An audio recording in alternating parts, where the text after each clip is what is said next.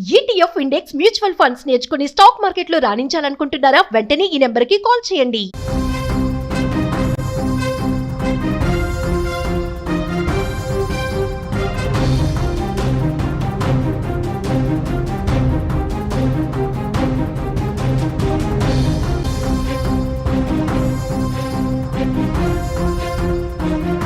Japan మునిగిపోతుందా? ఈ రాత్రికే Japan కనుమరుగు కాబోతుందా? ఇటువంటి మాటలే, ఇటువంటి చర్చ ఇప్పుడు ప్రపంచవ్యాప్తంగా కొనసాగుతోంది. ఇవాళ ఈ జపాన్ పోర్చుగల్ మధ్య ఒక భారీ సునామీ రాబోతుందని, ఈ రెండింటి మధ్య సముద్ర గర్భం ఒక్కసారిగా విడిపోయి ఆకాశాన్ని తాకే అలలు రాబోతున్నాయంటూ బాబా వంగా చెప్పిన ఒక జోస్యం ఇప్పుడు ప్రపంచాన్ని వణికిస్తోంది. ప్రపంచమంతా ఇప్పుడు జపాన్ వైపు చూస్తుంది, జపాన్లో ఏం జరగబోతుందని.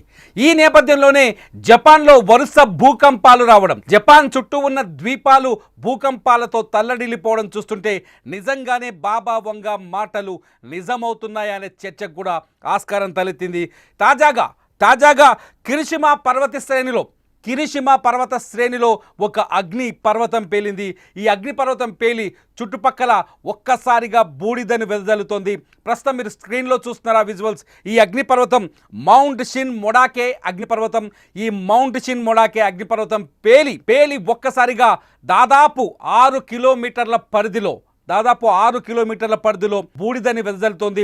మీరు ఆ దృశ్యాల్ని లైవ్లో చూస్తున్నారు. ఇది బుధవారం ఈ ప్రాంతంలోనే 5.5 మ్యాగ్నిట్యూడ్స్తో కూడిన ఒక భూకంపం వచ్చింది.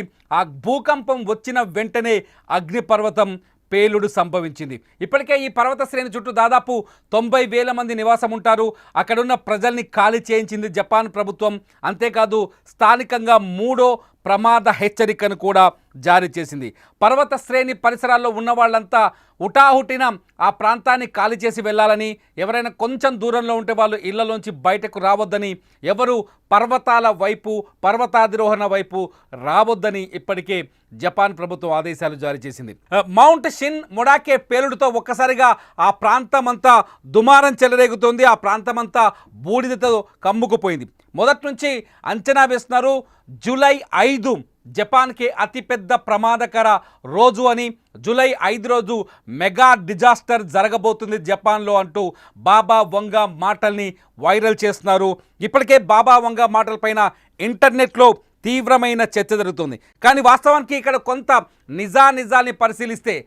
నిజానిజాల్ని పరిశీలిస్తే మౌంట్ షిన్ మొడాకే ఇప్పటికీ 3 సార్లు పేలింది. 2011లో ఒకసారి ఈ మౌంట్ షిన్ మొడాకే అగ్నిపర్వతం పేలింది. 2018లో ఒకసారి ఈ అగ్నిపర్వతం పేలింది.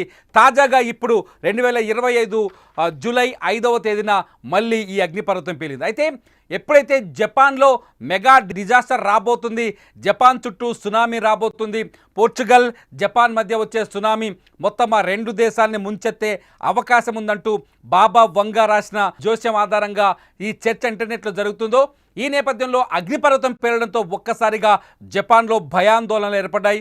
ఇదంతా అంతేకాదు గడిచిన 2 వారాల్లో జపాన్లో వరుసగా భూకంపాలు సంభవిస్తున్నాయి. దాదాపు 900 ప్రాంతాల్లో భూకంపాలు సంభవించినట్టుగా తాజా సైంటిఫిక్ డేటాను బట్టి తెలుస్తుంది. జపాన్ ప్రపంచంలోనే అత్యంత భూకంప ప్రభావిత ప్రాంతం. ఈ ప్రాంతంలో సహజంగా సంవత్సరానికి 1500 సార్లు భూకంపాలు వచ్చే అవకాశం ఉంది.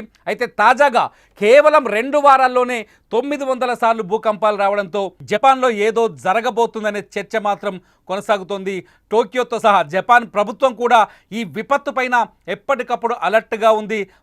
భూకంప ప్రభావిత ప్రాంతాల్లోని ప్రజల్ని అప్రమత్తం చేస్తుంది. అవసరమైతే ఇళ్ళు ఖాళీ చేసి వెళ్ళిపోవాలని హెచ్చరికలు కూడా జారీ చేస్తుంది. అధికారులు కూడా జపాన్ పరిసర ప్రాంతాలు, అంటే అగ్నిపర్వతాలు ఉన్న చోట, భూకంప ప్రభావిత ప్రాంతాలు ఉన్న చోట, పర్వత శ్రేణి ఎక్కువగా ఉన్న చోట, అంటే ఇవన్నీ సెస్మిక్ జోన్ 2, 3లో ఉంటాయి. అంటే భూకంప ప్రభావితం ఎక్కువగా ఉండే ప్రాంతాల్లో ఉంటాయి. ముఖ్యంగా పర్వత శ్రేణులు ఎక్కువగా ఉన్న చోట భూకంపాలకి ఆస్కారం ఎక్కువగా ఉంటుంది. అలాగే సముద్ర తీరం వెంట కూడా భూకంపాలకి ఆస్కారం ఎక్కువగా ఉంటుంది. ఈ ప్రాంతాలని జాగ్రత్త అప్రమత్తం చేసింది జపాన్ ప్రభుత్వం. ఈ ప్రాంతాల్లో ఉండే ప్రజలు జాగ్రత్తగా ఉండాలని సూచనలు జారీ చేసింది. మీరు చూస్తున్నారు కిరిసిమా పర్వత శ్రేణిలోని ఒక అగ్నిపర్వతం. ఈ అగ్నిపర్వతం పేరు మౌంట్ షిన్ మొడాకే, ఈ మౌంట్ షిన్ మొడాకే అగ్నిపర్వతం పేలిన దృశ్యాల్ని. ఈ మౌంట్ షిన్ మొడాకే అగ్నిపర్వతం ఇప్పుడు అక్కడ బీభత్సాన్ని సృష్టిస్తోంది, అక్కడి ప్రజల్ని భయాందోళనకు గురి చేస్తుంది, బాబా వంగ మాటల్ని మళ్ళీ మళ్ళీ గుర్తు చేస్తుంది. 1999లో బాబా వంగ ఒక పుస్తకాన్ని రిలీజ్ చేశారు, ది ఫ్యూచర్ ఐసా అని చెప్పేసి.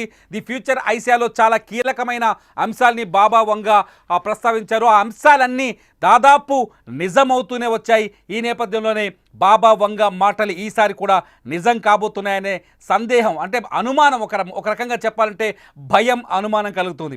బాబా వంగ చెప్పినట్టుగానే జూలై 5వ తేదీన ఈరోజు చాలా చోట్ల, జపాన్లో చాలా చోట్ల భూకంపాలు సంభవించడం, అగ్నిపర్వతాలు బద్దలవ్వటంతో ఒక్కసారిగా అక్కడి ప్రజలు కూడా ఊపిరి బిగబట్టుకొని బతుకుతున్నారు. ఏ క్షణం ఏం జరుగుతుందో అర్థం కాని సిచ్యువేషన్లో, టెన్షన్లో మునిగిపోయారు. ఒకసారి చూడాలి బాబా వంగ ఏమేం చెప్పారని ఒకసారి హిస్టరీకి వెళ్ళి చూస్తే, కరోనా గురించి 2019లో మొదలైన కరోనా ప్రపంచాన్ని దాదాపు 4 ఏళ్ల పాటు ప్రపంచాన్ని వణికించింది, లక్షల మంది ప్రాణాన్ని బలి తీసుకుంది.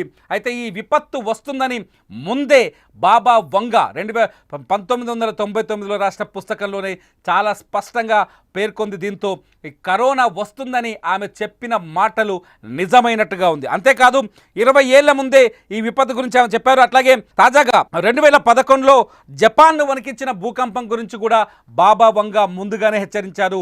2011లో జపాన్లో వచ్చిన భూకంపం అక్కడ అణు కేంద్రాలని విధ్వంసం చేసింది, జపాన్కి తీవ్రమైన ఆర్థిక నష్టాన్ని, కష్టాన్ని కలిగించింది. అంతేకాదు ప్రిన్సెస్ డయానా మరణం గురించి కూడా బాబా వంగ ముందుగానే ప్రిడిక్ట్ చేశారు. ఆమె చెప్పిన సందర్భంలోనే ప్రిన్సెస్ డయానా కూడా చనిపోయారు. ఇలా బాబా వంగ మాటలు చాలా పాపులర్ అయ్యాయి. బాబా వంగ చెప్పిన జోస్యం చాలా వరకు నిజాలయ్యాయి. బాబా వంగ చెప్పినట్టుగానే జపాన్లో విధ్వంసాలు కూడా కనిపిస్తున్నాయి. తాజాగా మళ్ళీ బాబా వంగ జూలై 5, 2025లో ఊహించని విపత్తు జపాన్ని, పోర్చుగీస్ని సర్వనాశనం చేయబోతుందని ఆయన ఆ పుస్తకంలో పొందుపరిచారు. దీంతో బాబా వంగ మాటలు మళ్ళీ నిజం కాబోతున్నాయా?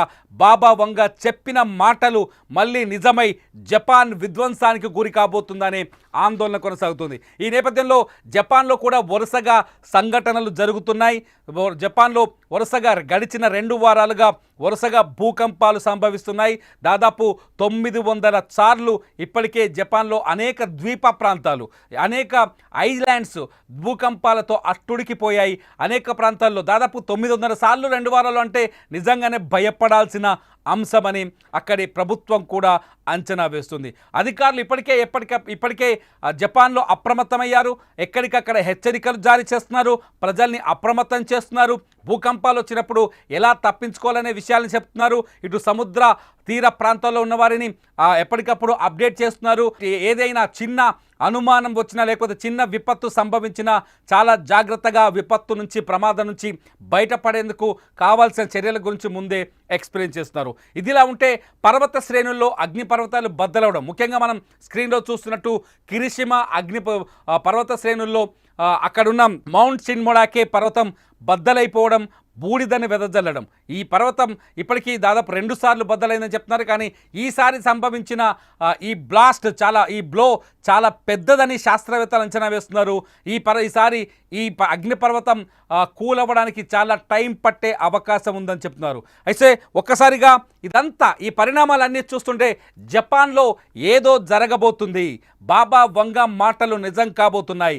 బాబా వంగ చెప్పినట్టుగానే జపాన్ తీవ్రమైన విధ్వంసానికి, లేకపోతే ప్రకృతి విలయానికి గురి కాబోతుందనే చర్చ మాత్రం ప్రపంచవ్యాప్తంగా జరుగుతుంది. ఇప్పటికే ఈ చర్చపై ఇంటర్నెట్లో ఈ చర్చ వైరల్గా మారుతుంది. మరి మీరేమనుకుంటున్నారు? నిజంగానే జపాన్లో ప్రకృతి విధ్వంసం వచ్చే అవకాశం ఉందా? బాబా వంగ చెప్పిన మాటలకు అనుగుణంగానే అక్కడి పరిస్థితులు కనిపిస్తున్నాయా? నిజంగా విధ్వంసం వచ్చే ప్రమాదం ఎంతవరకు ఉంది? బాబా వంగ మాటల్ని నమ్మాలా వద్దా? మీరేమనుకుంటున్నారో ఈ వీడియో కింద కామెంట్ చేయండి.